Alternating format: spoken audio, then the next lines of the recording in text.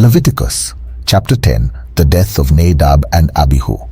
And Nadab and Abihu, the sons of Aharon, took either of them his censer, and put fire therein, and put incense thereon, and offered strange fire before Yahuah, which he commanded them not. And there went out fire from Yahuah and devoured them, and they died before Yahuah.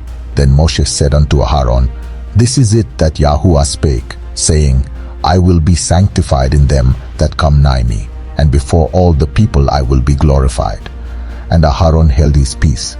And Moshe called Mishael and Elzaphan, the sons of Uzziel, the uncle of Aharon, and said unto them, Come near, carry your brethren from before the sanctuary out of the camp. So they went near, and carried them in their coats out of the camp, as Moshe had said.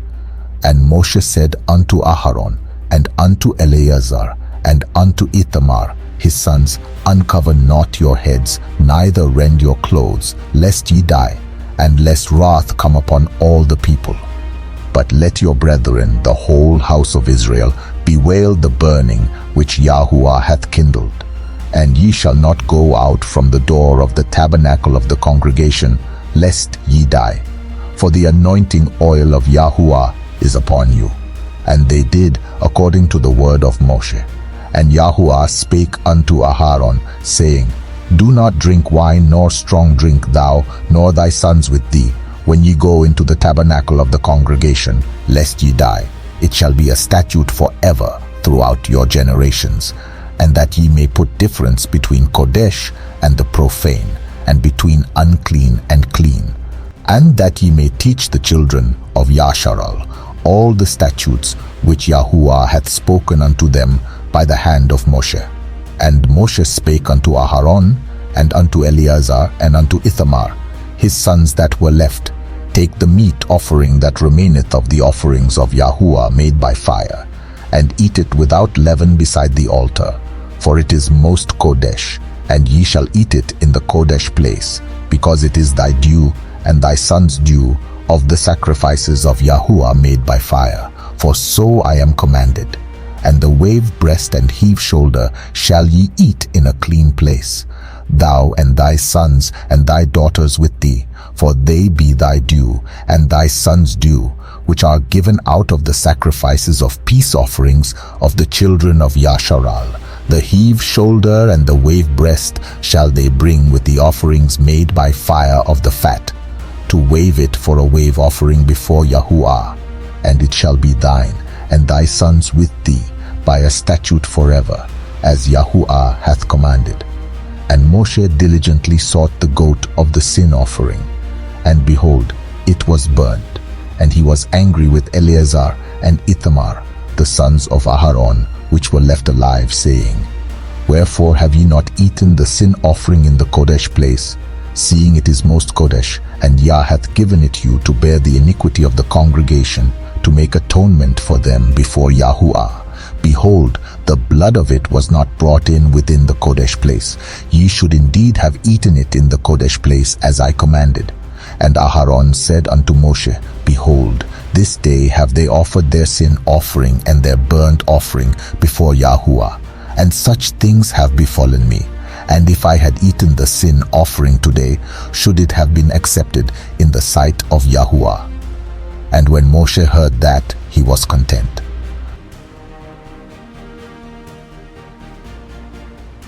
Shalom. Today our Hebrew word study will be looking deeper into the Hebrew word for offering, which is Korban.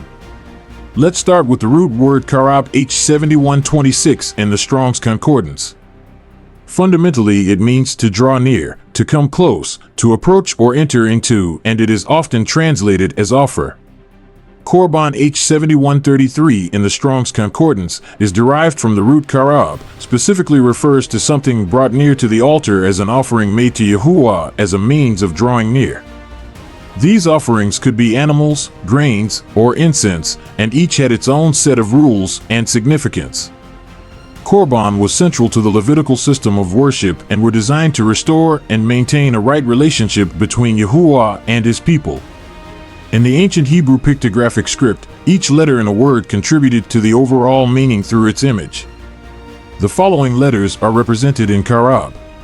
Kuf. This letter is often depicted as the sun at the horizon or the back of a head, symbolizing a cycle or something that follows. Resh, represented as the head of a man, indicating a chief, the first person, or the highest. Beit, often pictured as a tent or a house, indicating being inside or within the house, a family or household. Combining these images, one might get the following as a possible interpretation of Karab and Korban.